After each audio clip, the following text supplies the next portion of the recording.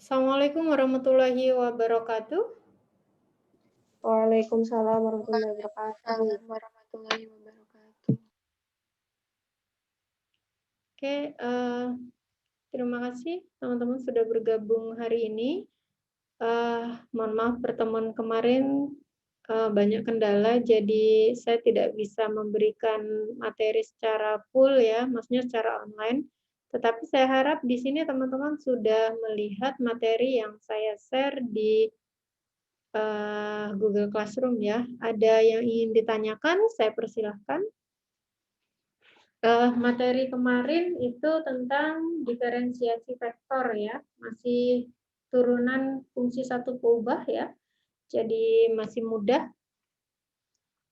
Oke, ada pertanyaan sampai di sini? Kalau tidak ada, saya lanjutkan hari ini saya masih berbicara tentang diferensiasi vektor, tetapi di sini fungsi vektornya lebih dari satu peubah. Nah, di sini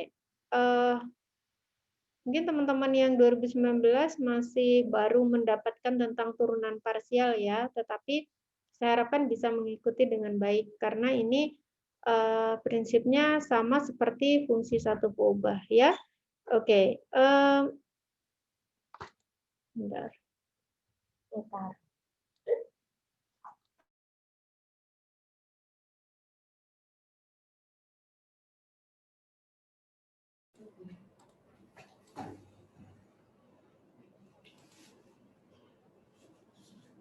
Oke,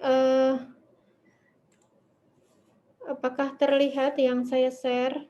Kelihatan ya? Terlihat, Bu. Baik, ini adalah pertemuan keempat ya. Mudah-mudahan materi yang kemarin pertemuan 1 sampai 3 bisa teman-teman pahami dengan baik ya, sehingga mengikuti materi selanjutnya ini bisa lebih mudah. Oke. Di sini turunan yang akan kita bahas adalah turunan parsial, yaitu turunan parsial pada fungsi vektor dua peubah atau lebih. Prinsipnya sekali lagi sama dengan definisi turunan parsial yang minggu lalu, tetapi di sini adalah lebih dari satu peubah. Ya, kita lihat. Oke. Misalkan saya punya A adalah sebuah fungsi vektor yang tergantung kepada variabel, maksudnya ini variabel bebasnya adalah X, Y, dan Z ya. Saya punya fungsi vektor ya A itu adalah dalam 3 peubah di sini X, Y, Z ya. Oke. Maka turunan parsial, yang pertama turunan parsial vektor A terhadap X adalah ya di sini. Kalau teman-teman ingat minggu lalu bagaimana mengkonstruksikan definisi limit fungsi satu peubah, sebenarnya sama ini. Jadi ini juga didapatkan dari hampir sama seperti limit fungsi dua peubah di kalkulus lanjut 1 ya.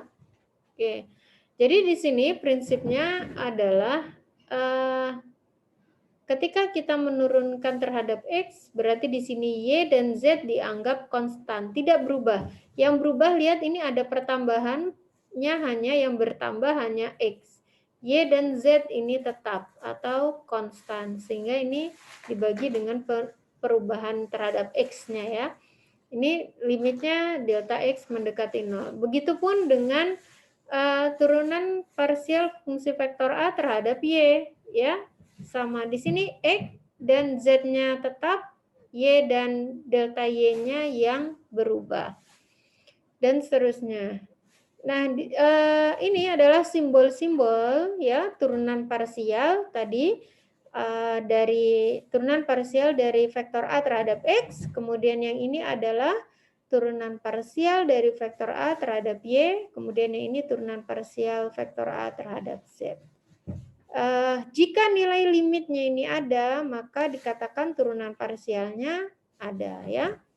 Jadi kalau nilai limitnya ada, maka ya ini turunan parsialnya, oke?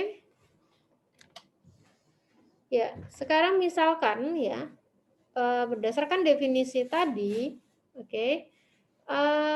Terkadang menggunakan definisi limit itu sulit menghitung fungsi bernilai vektor ya, turunan parsialnya ya.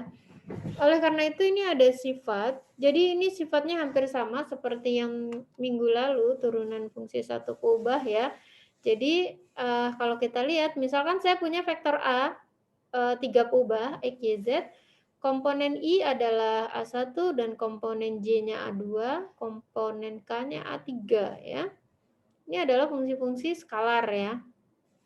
Oke, ini komponennya. Nah, maka turunan parsial vektor A terhadap X adalah turunan masing-masing komponen tadi terhadap X. Turunan parsial fungsi vektor, hasilnya masih vektor, masih ada I, J, K, masih ada. Jadi sekali lagi, tidak turunan parsial suatu fungsi vektor tidak lantas berubah menjadi fungsi skalar, tidak ya. Dia masih tetap berupa vektor. Begitupun dengan turunan parsial terhadap Y ya. Oke. Oke, bisa dipahami ini ya. Kemudian ini sifat-sifatnya, sifat-sifat turunan parsial. Misalkan saya punya dua buah fungsi vektor, yaitu A dan B, kemudian C ini adalah fungsi skalar terhadap X, Y, dan Z. Jadi ini langsung saja saya ke 3 peubah ya, X, Y, dan Z ya. Dan dapat diferensialkan terhadap ketiga variabel tersebut, maka berlaku ini. Ada dua cara. Yang pertama, Anda bisa menjumlahkan vektornya dulu, baru nanti Anda turunkan masing-masing terhadap X. Nanti kalau terhadap Y sama ya. Nanti kalau diminta do per do Y, berarti di sininya Y ya.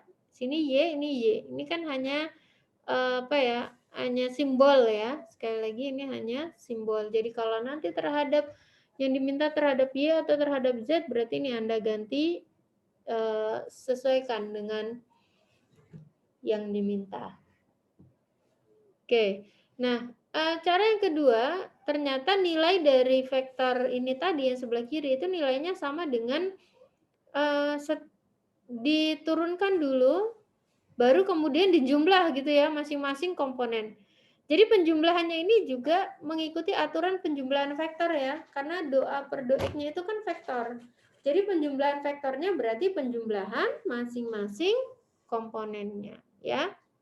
Kemudian yang kedua, jika C adalah suatu skalar, A adalah vektor, bisa Anda kalikan dulu ini. Ini hasilnya vektor atau skalar? C kali A, skalar atau vektor? Masih vektor ya. Berarti ini nanti hasilnya juga masih vektor ya. Oleh karena itu di sini kalau ada fungsi skalar dikalikan dengan fungsi vektor dan turunan parsialnya terhadap X, nilainya sama dengan fungsi skalar itu dikalikan dengan turunan parsial A terhadap X ditambah dengan turunan parsial fungsi itu terhadap X dikalikan dengan vektornya, dikalikan dengan vektor. Sekali lagi ini dikalikan vektor ya. Nah ini perkaliannya perkalian dot ya, perkalian biasa. Karena di vektor kan ada perkalian skalar ya. Oke. Di sini, nah ini A dot B. Anda boleh cari A dot B-nya dulu, kemudian turunkan terhadap X, tapi terkadang ada beberapa soal yang tidak memungkinkan, sehingga lebih mudah kita menggunakan ini. Karena ini nilainya sama, maka bisa digunakan ya. Dan seterusnya ya, teman-teman, yang ini turunan parsial tingkat tinggi ya.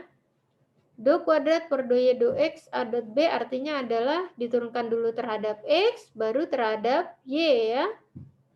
Oke, di sini ya, turunkan dulu terhadap X, baru terhadap Y. Oke.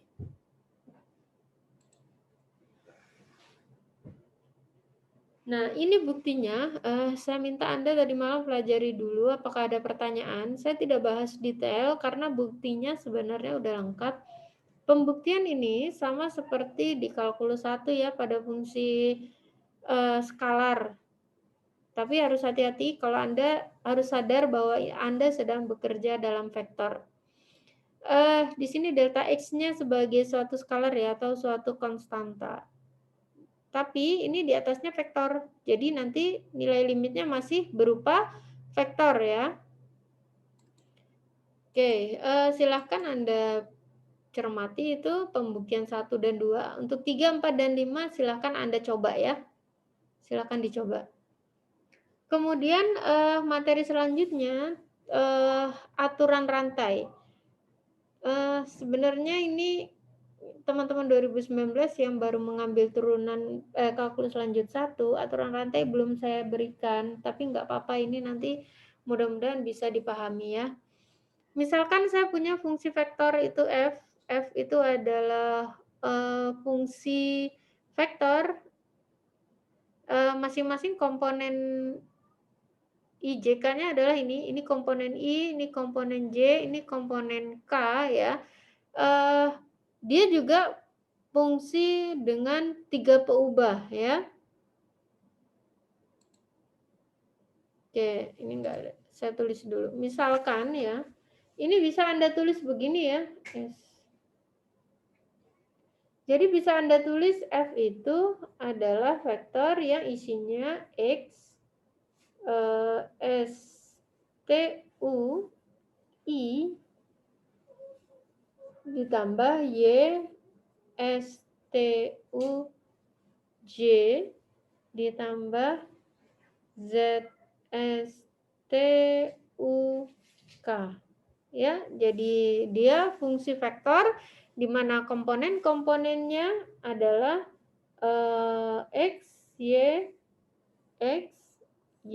dan Z. Tetapi masing-masingnya ini adalah fungsi dalam 3 peubah. Oke, bisa dipahami. X, Y, Z itu hanya nama ya, teman-teman. Boleh A1, A2, A3 boleh. Ya, maka turunan parsial F terhadap S, T, dan U dapat diberikan sebagai berikut. Jadi kalau kita tadi punya fungsi F-nya, fungsi vektor F sama dengan X, S, T, U, I, ditambah Y, S, T, U, J, ya, ditambah Z, S, T, U, K. Ya, ini adalah vektor F-nya ya. Maka saya bisa mencari turunan parsial vektor F ini terhadap S, kemudian terhadap U, dan terhadap T dan terhadap U. Gimana caranya? Ini pakai aturan rantai. Yang pertama, Anda cari dulu turunan fungsi vektor biasa itu terhadap X. Jadi ini terhadap X, turunkan ya. Kemudian kalikan dengan turunan parsial fungsi X terhadap S. Dan seterusnya, oke? Jadi ingat di sini X berarti X, kemudian ini Y berarti DY, kalau ini Z, ini Z. Ya. Sehingga yang perlu diperhatikan, kalau sini S berarti ini S. Ini T berarti ini T. Yang U. Ya. Nah, di sini lihat, ketika saya nurunkan terhadap U, ini nggak ada turunannya terhadap T ya, ataupun turunannya terhadap S.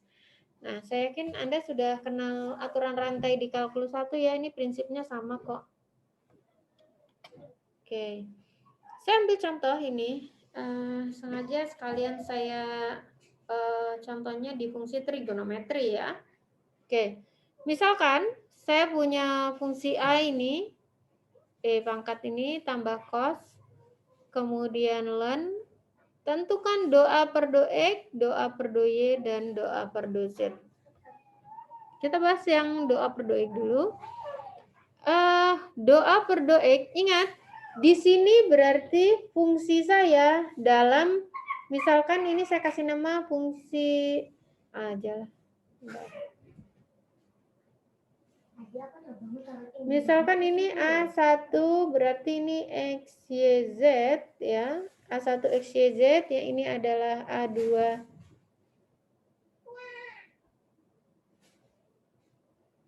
Yang ini A2 X, Y, Z.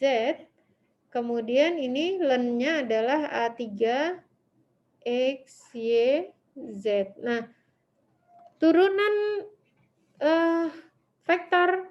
turunan parsial vektor A terhadap X-nya berarti apa? Berdasarkan ini tadi. Di sini tadi S ya, nggak apa-apa. Anda harus terbiasa ya.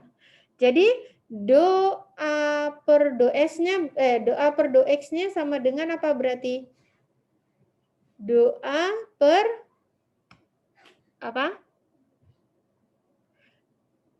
Do A per apa?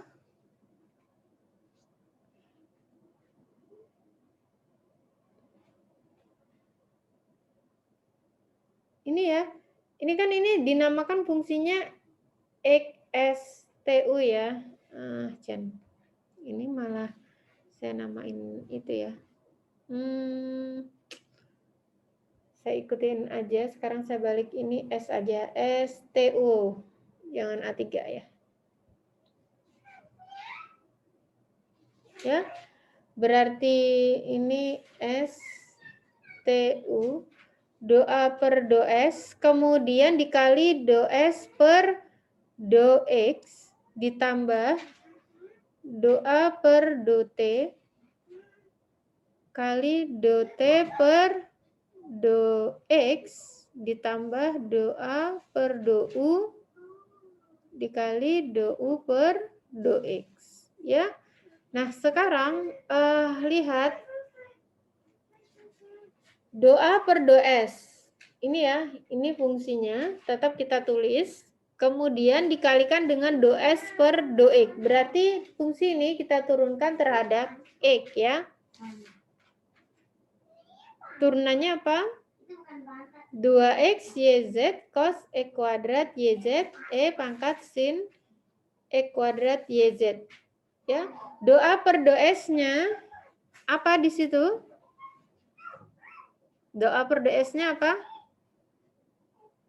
Yang ini sebenarnya nilai apa sih? Ini adalah do S per do X ya. Kemudian do T per do X. Do T per do X berarti ini turunkan terhadap X. Ini dapatnya. Nah, yang do U per do X, ya, do U per do X ini. Nah, sekarang yang jadi pertanyaan, do A per do S, do A per do T, do A per do U-nya itu apa ya? Berapa nilainya? Nah, nilainya itu 1 ya, teman-teman. Ini harusnya ada penguraian kenapa dia 1, cuman panjang sekali ya. Nanti deh kalau ini saya catat saja ya.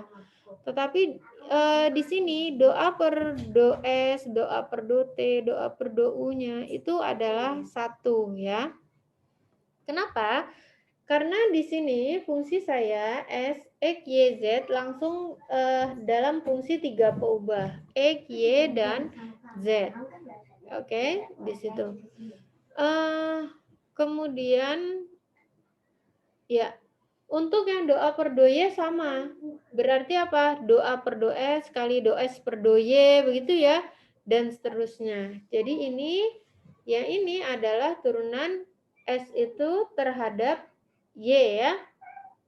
E kuadrat Z cos E kuadrat YZ dikali E pangkat ini ya. Betul ya. Jadi ini adalah, oke, untuk yang doa per do Z itu sama diperoleh ini ya. Oke, ada yang ingin ditanyakan dulu mungkin sebelum saya ke turunan geometri.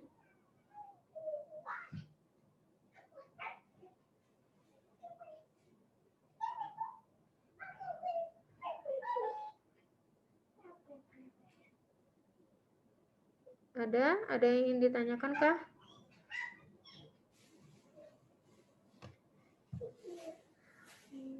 Fungsi bernilai vektor ya.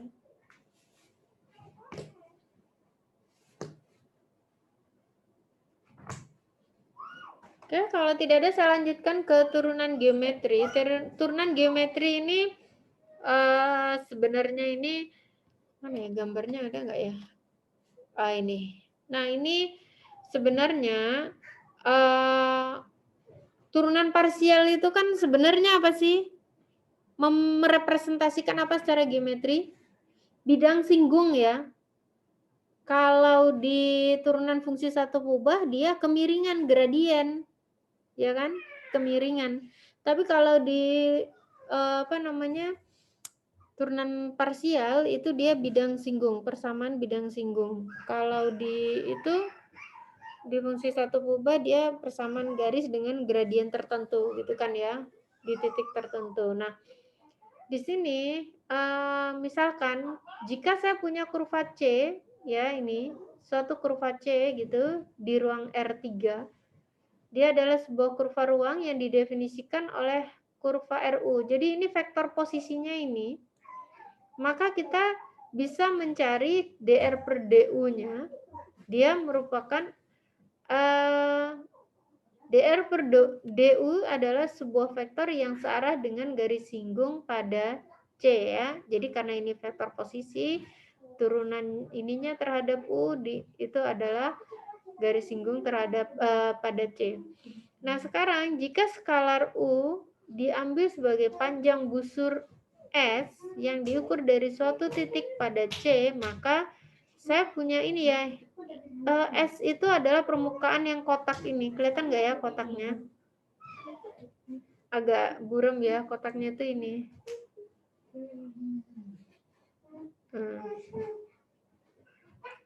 Ini daerah ini adalah daerah S-nya begitu ya. Jika skalar U diambil sebagai panjang busur S yang diukur dari suatu titik pada C, jadi misal di sini, maka saya punya T-nya itu adalah ini. Ya, arah ini adalah garis singgungnya ya, vektor singgungnya, sebuah vektor singgung. Oke, vektor singgungnya adalah DR per DS. Ya, DR per DS. Oke, nanti kita lihat di sini. Kemudian laju perubahan T terhadap S adalah ukuran dari kelengkungan C yang dinyatakan dengan DT per DS. Kemudian arah dari DT per DS pada sembarang titik pada C adalah vektor normal kurva pada titik tersebut. Jadi arahnya ini, arah DT per DS, ini kan vektor ya, jadi dia punya arah.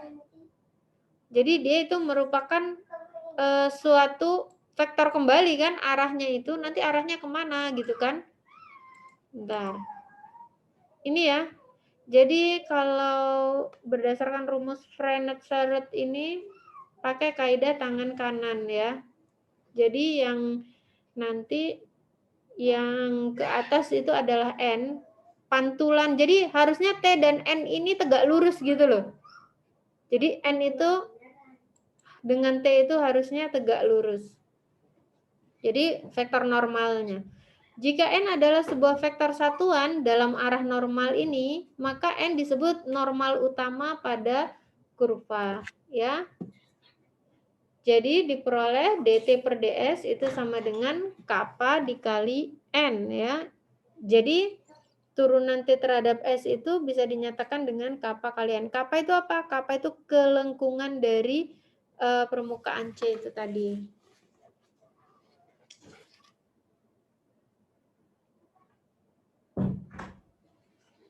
Oke, ya. Kemudian ada jari-jari kelengkungan, istilahnya jari-jari kelengkungan itu rho itu adalah 1 per kappa tadi.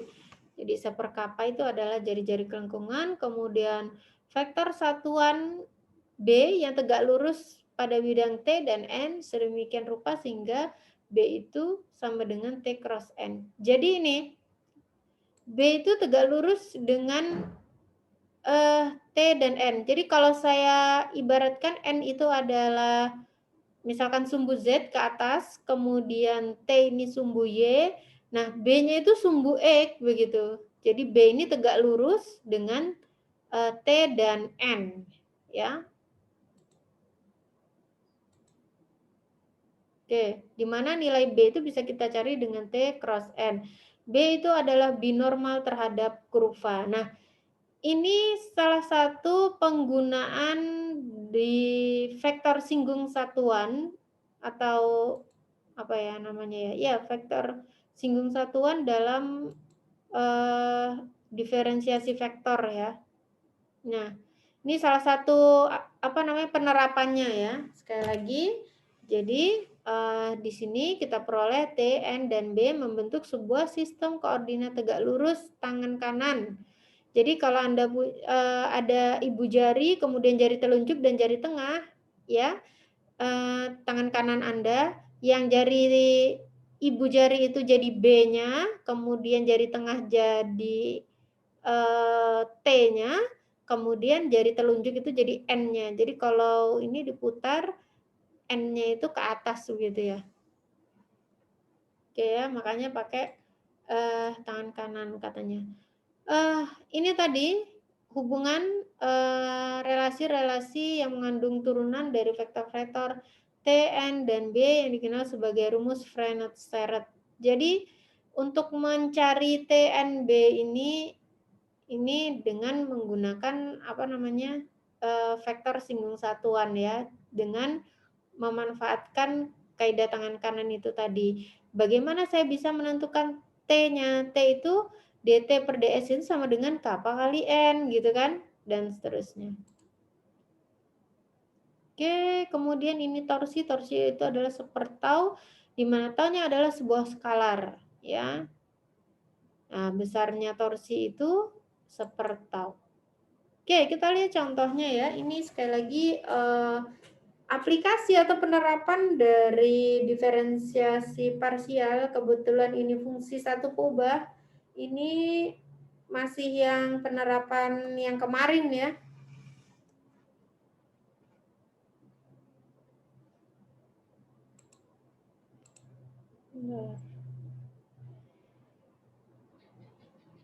Ya, kemudian ini adalah vektor singgung satuannya yang ditanya, kemudian normal utama N, kelengkungan kappa, dan jari-jari kelengkungan rho. Kemudian yang C, binormalnya berapa, torsi, dan jari-jari torsi untuk kurva ruang. Nah, jadi lintasan X-nya itu dinyatakan dalam parameter-parameter X-nya ini, Y-nya, Z-nya. Ini masih dalam parameter. Saya belum tahu vektor posisinya seperti apa gitu ya. Bagaimana mencari vektor posisinya? Cari R-nya dulu, ya kan? Oke, vektor kedudukan dari sembarang titik pada kurva itu adalah XTI plus YTJ plus ZTK ya. Tadi X-nya kan 3 cos T ya. Ini X-nya, Y-nya 3 sin T, Z-nya 4T ya. Oke, jadi ini adalah fungsi X, yang ini fungsi Y, ya, yang ini fungsi Z. Maka turunan R itu terhadap T, fungsinya satu peubah T ya, ini masih hanya terhadap waktu ya. Turunannya adalah turunan masing-masing komponennya ya, 3 cos T turunannya min 3 sin T dan seterusnya. Kemudian saya bisa mencari ds per dt itu adalah besaran dari dr per dt. Jadi ds per dt itu adalah ini, 5 ya. Jadi T itu dr per ds itu sama dengan, ini pakai aturan rantai ya. Jadi mencari T, karena T itu tadi definisinya adalah dr per ds, ya. ds-nya kan nggak tahu berapa, hanya tahu ds per dt kan. Nah, dr per ds itu sama dengan dr per dt kali dt per ds. Ini aturan rantai ya. Di kalkulus 1 ada kok aturan rantai pada fungsi satu peubah. Pakai D ya, prinsipnya sama. dr per dt-nya tadi apa? Oh ini, min 3 sin TI dan seterusnya. ds per dt-nya ini, dapatnya 5. Sehingga T, vektor T itu adalah min 3 per 5 sin TI plus 3 per 5 cos TJ plus 4 per 5 ya ini, 4 per 5K. Oke, itu. Tolong nanti diralat ya itu, 4 per 5K harusnya.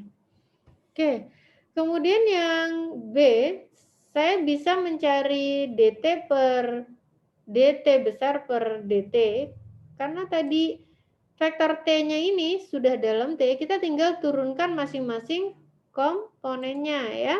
Kita lihat turunannya adalah min 3 per 5 cos, min 3 per 5 sin. Yang ini turunannya 0.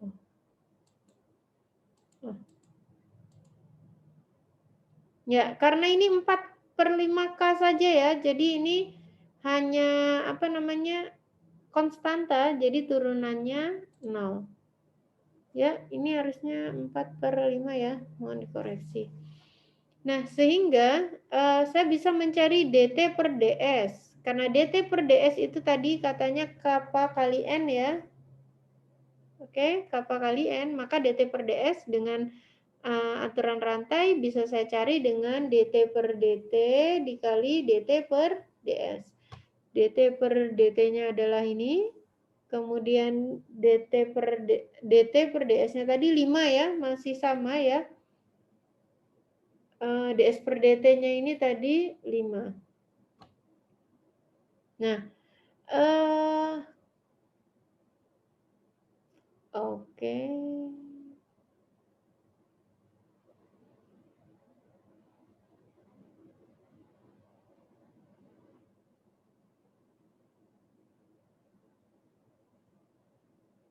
Sebentar. Ada yang keliru nggak ya? Kok saya rasa ada yang mengganjal ini. DT per DS itu sama dengan betul ya. Kemudian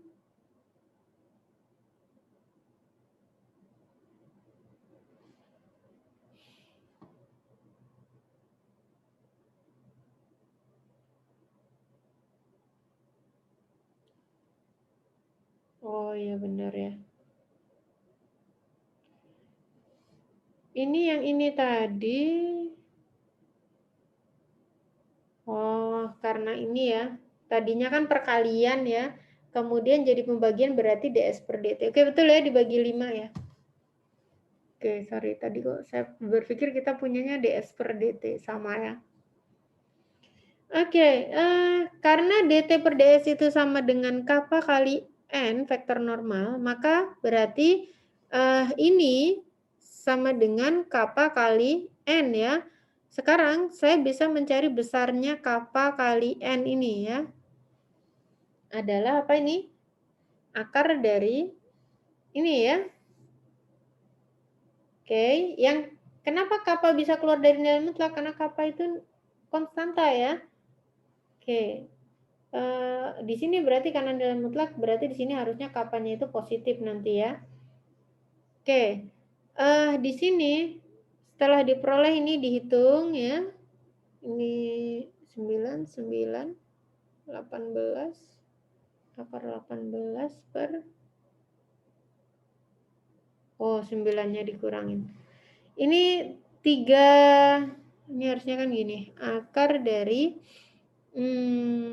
min 3 kuadrat ya, sama aja 3 kuadrat cos kuadrat T ditambah sin kuadrat T begitu. Ini per 25 kuadrat ya. Oke. Berarti ini kan bisa keluar dari akar ya. 3 per 5. Oke, 3 per 25. 3 per 25. Oh iya, keluar dari akar ya. Ya, ini berarti 3 per 25, betul ya. Kemudian akar ini kan 1. Ya, cos kuadrat plus sin kuadrat ini sama dengan 1 ya nilainya. Jadi kappa kali N.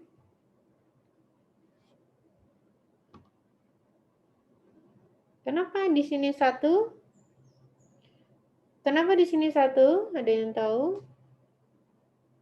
Lihat, ini tuh besar vektor begitu ya. Suatu besaran vektor, kemudian di sini sudah suatu skalar ya. Oh, bentar-bentar. Yang A tadi dapatnya berapa? Oke, betul ya. Oke, di sini kita peroleh kappanya sama dengan 3 per 25. Karena rho itu adalah 1/k, berarti rho-nya sama dengan 25 per 3. Dari DT per DS sama dengan kappa kali N diperoleh, karena N sama dengan 1/kappa ya.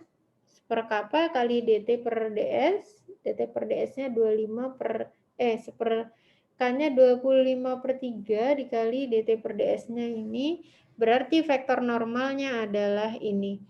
Nah, ini ya teman-teman, saya kembali ke sini. Ini besarnya vektor n itu 1. Kenapa? Karena dia vektor normal. Oke, karena dia vektor normal. Vektor normal satuan, besarnya 1 ya.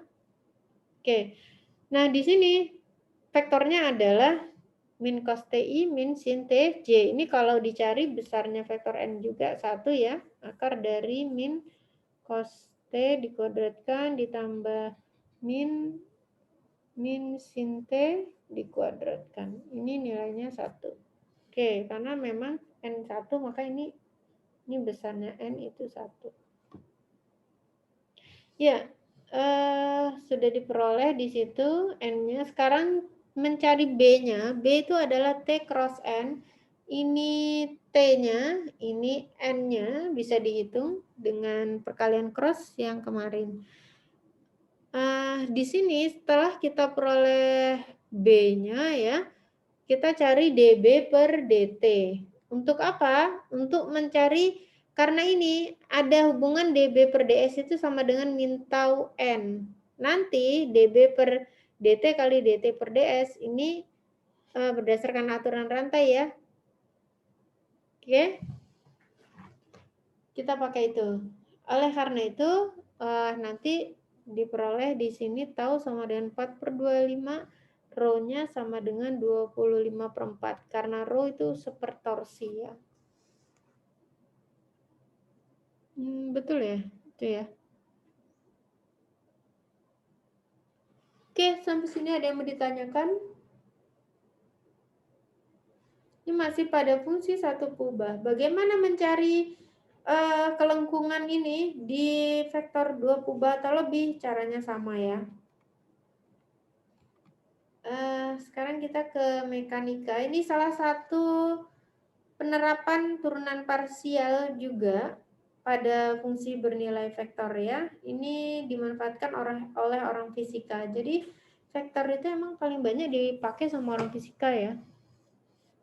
Ya, dalam mekanika sering dilibatkan studi tentang pergerakan partikel. Kemarin sebagian sudah kita bahas ya, bagaimana pergerakan partikel dari punya kecepatannya 0, kemudian dia berjalan begitu, kemudian dia punya percepatan ya. Ya, studi tentang gaya dalam pergerakan benda disebut dinamika. Hal mendasar dalam studi ini adalah hukum Newton ya. Apa bunyinya? Jika vektor F ini gaya yang dihasilkan oleh benda dengan massa M dan berpindah ya. Berpindah loh, artinya dia bergerak. Dia punya masanya itu M, beratnya ini M, kecepatannya V. Maka berdasarkan hukum Newton ini gaya itu adalah D per dt M kali V ya. Jadi ini dikalikan dulu, M itu kan berat, jadi bukan vektor, berat atau massa itu kan nggak punya arah ya. Jadi dia fungsi skalar, V itu kecepatan, jadi dia ini fungsi vektor.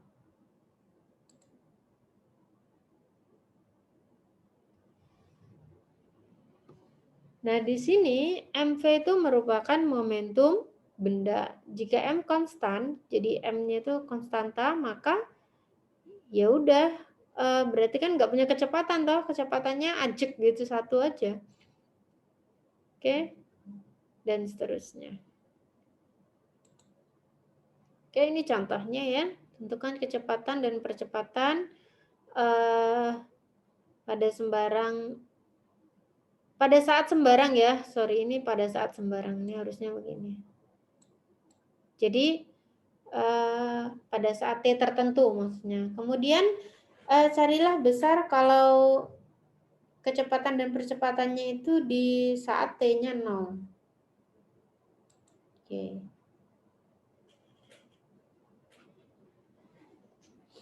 Oke, ini saya rasa bisa diikuti. V itu sekali lagi adalah turunan pertama dari vektor posisinya, kemudian A itu adalah turunan kedua dari vektor posisinya, atau A ini adalah turunan dari V ini ya. Oke, itu. Ini masih fungsi satu peubah ya. Oke, ini ada latihan. Silahkan Anda coba. Sudah ada langkah-langkahnya. Saya ambil dari buku ya ini. Buku mana lupa.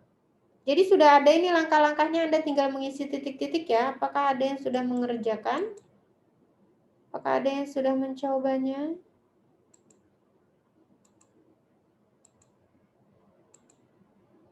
Oke. Itu materi hari ini. Silahkan apabila ada yang ingin ditanyakan, saya persilahkan. Ibu, izin bertanya. Ya, silakan. Kalau vektor normal itu tuh yang seperti apa ya, Bu? Apakah kalau misalkan vektor itu tidak normal, itu nilai N-nya nggak 1, Ibu? Terus carinya gimana? Terima kasih. Ya, saya kembali ke slide-nya ya. Vektor normal itu N ya. Jadi N ini dia tegak lurus dengan B dan T. Oke.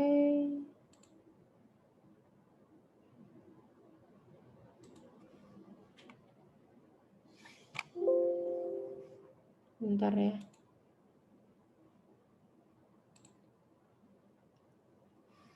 Ya. Mana sih gambar saya?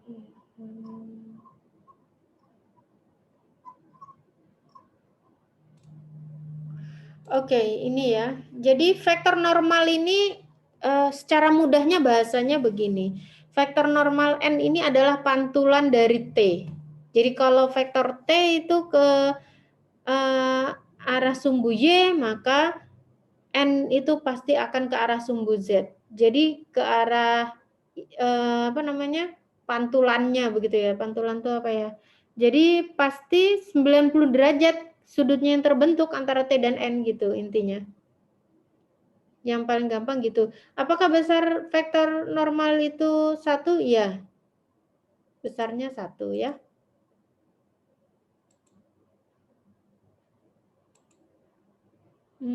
Sini belum ada ya. Untuk fungsi yang 2 peubah atau lebih itu sama ya, ini vektor singgung satuan mencari ininya nanti. Kebetulan ini kan yang saya berikan rumus Frenet syaratnya ini pada fungsi 1 peubah ya, ini D kan masih D. Nanti kalau fungsi 2 peubah sama, ini tinggal do aja, do, tetapi ingat kalau ada peubah yang lain Anda harus menyesuaikan ya. Ketika menurunkan berarti harus dianggap konstanta. Oke, itu saya rasa bagaimana? Ada lagi yang mau ditanyakan?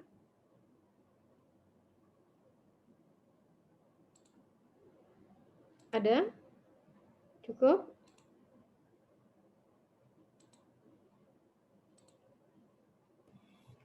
Ada lagi? Saya persilahkan jika ada yang ditanyakan.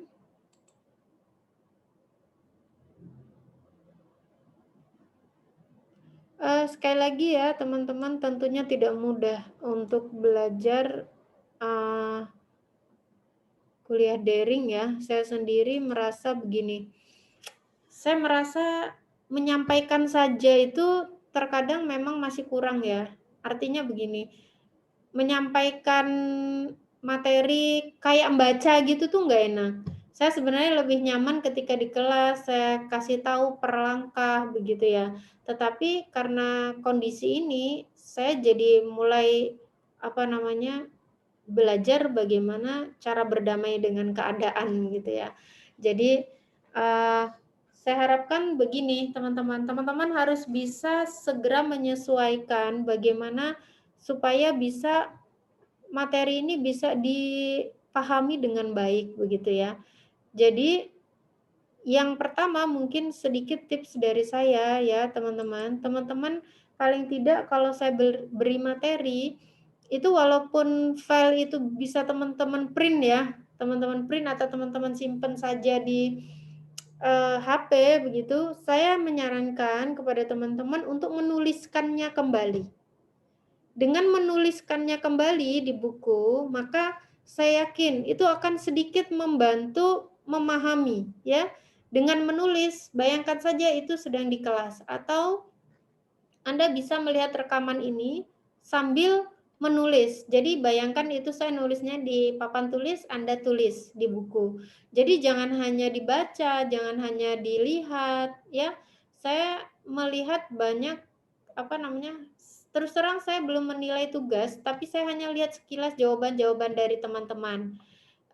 Kebanyakan memang ya hampir sama jawabannya, tapi sekali lagi saya yakin teman-teman mengerti lah ya apa yang ditulis paling tidak itu.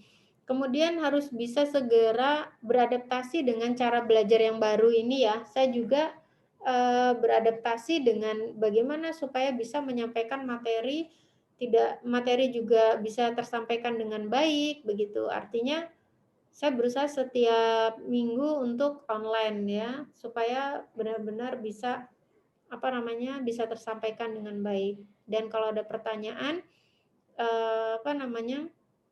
bisa Anda ajukan. Tadi malam ketika saya selesai membuat materi, saya langsung ingin saya share kepada Anda karena memang saya ingin mendapatkan masukan-masukan. Apakah setelah Anda pelajari kok ternyata sulit, kok ternyata ini sulit dipahami begitu ya. Tapi jadi begini, pikiran saya kalau Anda tidak bertanya itu ada dua. Yang pertama Anda bingung, yang kedua memang udah paham, oh ya ini sudah paham, bisa dipahami gitu.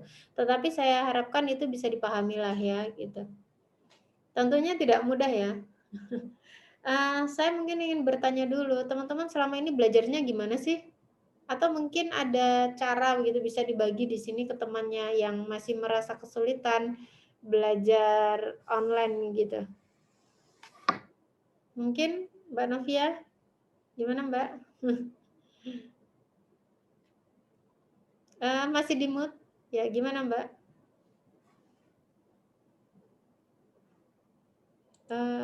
Sebentar. Suaranya Mbak Novia nggak ada ya?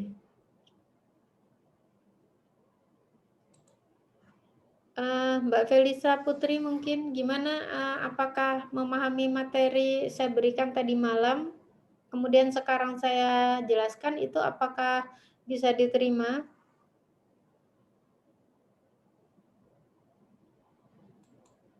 Gimana Mbak Felisa? Felisa Putri Anandita.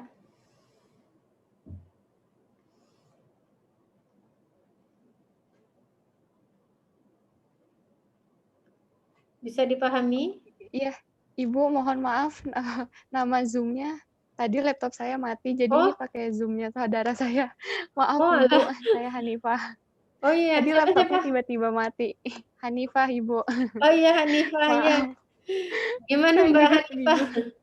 Jadi salah orang ya, belum di Iya, rename ini ya. Gimana Mbak? iya Ibu, soalnya HP-nya mati tadi. Kalau saya itu biasanya suka lihat video Ibu lagi di YouTube sambil ditulis aja gitu Ibu. Ya, Kalau apakah merhatiin gini sambil nulis nggak keburu. ya, maksud saya begini, apakah ketika materi saya kasih dulu, lebih dulu, kemudian saya jelaskan itu lebih mudah nggak mendengarkan penjelasan? Atau materinya jangan dikasih dulu gitu? Atau seperti apa? Karena saya ingin mendapatkan masukan ya, karena saya ya supaya sama-sama kita belajar ya. Saya juga ini hal baru buat saya menyampaikan materi dengan online ya. Makanya saya rela-rela langganan Zoom karena saya pengalaman pakai Google Meet itu putus nyambung ya, sinyalnya itu nggak stabil kalau Gmeet. Memang kalau Google Meeting itu memang gratis, tapi kok sinyalnya kurang bagus begitu. Jadi saya langganan Zoom, memang saya sengaja kemudian berusaha mencari sinyal yang terbaik supaya benar-benar materi bisa tersampaikan. Karena rata-rata mata kuliah saya memang harus disampaikan langsung ya, nggak bisa kalau dibaca sendiri gitu loh. Iya. Berarti bisa diikuti ya, artinya kayak materi misal di awal kemarin kan penjumlahan vektor, perkalian vektor itu bisa diikuti ya, mungkin karena sudah dapat sebelumnya waktu SMA ya? Insya Allah bisa Ibu. Iya. Kesulitannya gimana? Tugas? Kalau saya kesulitannya waktu dikirim materi awal kan Ibu belum dijelasin. Terus waktu baca itu bener-bener nggak paham apa-apa gitu loh Bu. Jadi harus ngedengerin dulu kalau saya itu baru paham. Iya, tadi malam tuh saya berpikir gini, paling tidak begini, kalau materi sudah saya berikan, teman-teman tuh paling tidak melihat dulu, sehingga nanti ketika saya jelaskan itu tidak asing banget. Nah, paling tidak asing dengan judulnya, tidak asing dengan istilah-istilahnya gitu ya. Nah, jadi memang kayaknya mungkin setelah saya berpikir kayaknya memang materi itu paling tidak sehari sebelumnya harus saya sudah share dulu supaya teman-teman belajar dulu, membaca-baca. Bila perlu teman-teman buka referensi yang dipunyai ya, gitu. Nah, kemudian harapan saya begini, setelah kuliah ini kan saya share rekaman ya, kemudian saya share, Anda bisa download begitu kan ya, atau materinya bisa Anda apa namanya cari disesuaikan dengan referensi yang Anda punya gitu. Harapan saya itu Anda bisa catat ulang, tidak hanya di print kemudian dibaca. Ingat matematika itu nggak bisa kalau cuma dibaca. Itu harus Anda latih terus, harus Anda coba, harus Anda pahami.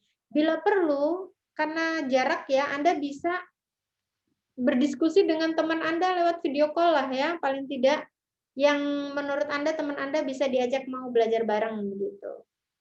Karena kan sekarang ini berada di kota masing-masing ya, pada di seberang pulau, jadi sulit. Kalau dulu mungkin habis selesai kuliah nggak paham bisa langsung tanya ya ke temennya. Tapi kalau sekarang ya ini sekali lagi itu tadi yang saya katakan, kita harus bisa segera beradaptasi dengan situasi seperti ini. Kita nggak tahu sampai kapan. Kalau waktu itu kan planningnya itu sampai UTS ya. Nanti habis UTS katanya mau apa namanya kuliah kembali ke kelas. Tetapi kalau melihat perkembangan sekarang, kok kayaknya nggak mungkin gitu loh. Orang juga masih takut ya.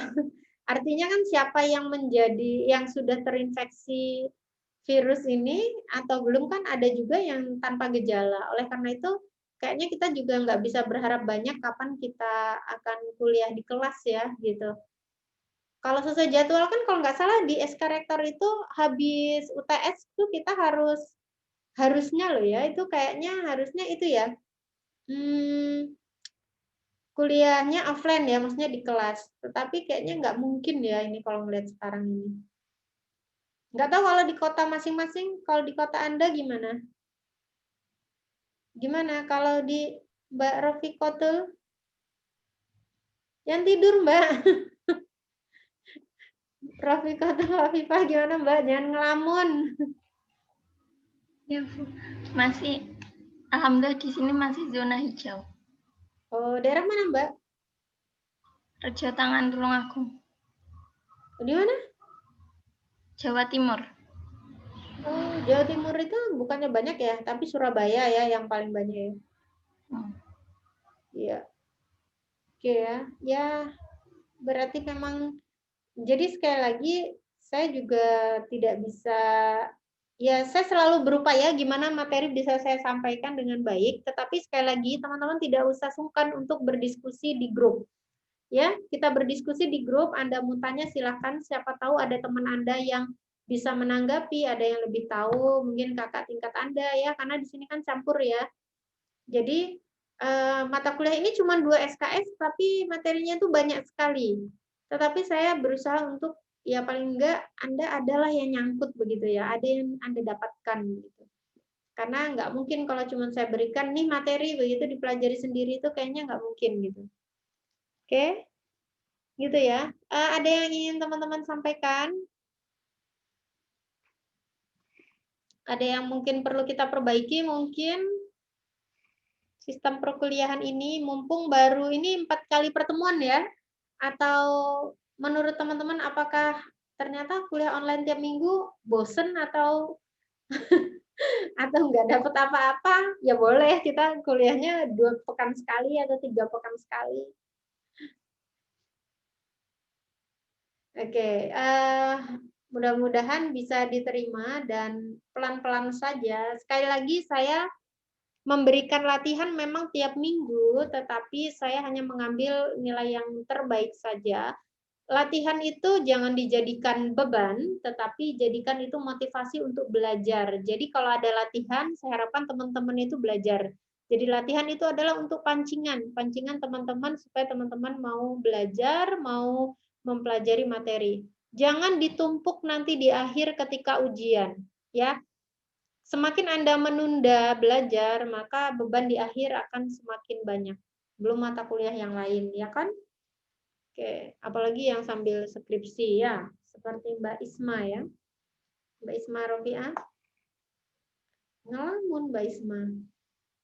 Oke, baik. Saya rasa itu ya, teman-teman. Terima kasih. Hari ini kuliahnya itu dulu. Silahkan dipelajari. Sekali lagi, saya mempersilahkan Anda untuk berdiskusi di grup WhatsApp. Kalau ada yang ditanyakan ya. Terima kasih. Tidak usah sungkan. Belum tentu yang lain tahu. Tidak usah malu. Oke, terima kasih. Saya akhiri. Assalamualaikum warahmatullahi wabarakatuh. Waalaikumsalam warahmatullahi wabarakatuh. Terima kasih banyak Ibu. Terima kasih. Terima kasih, Bu. Terima kasih.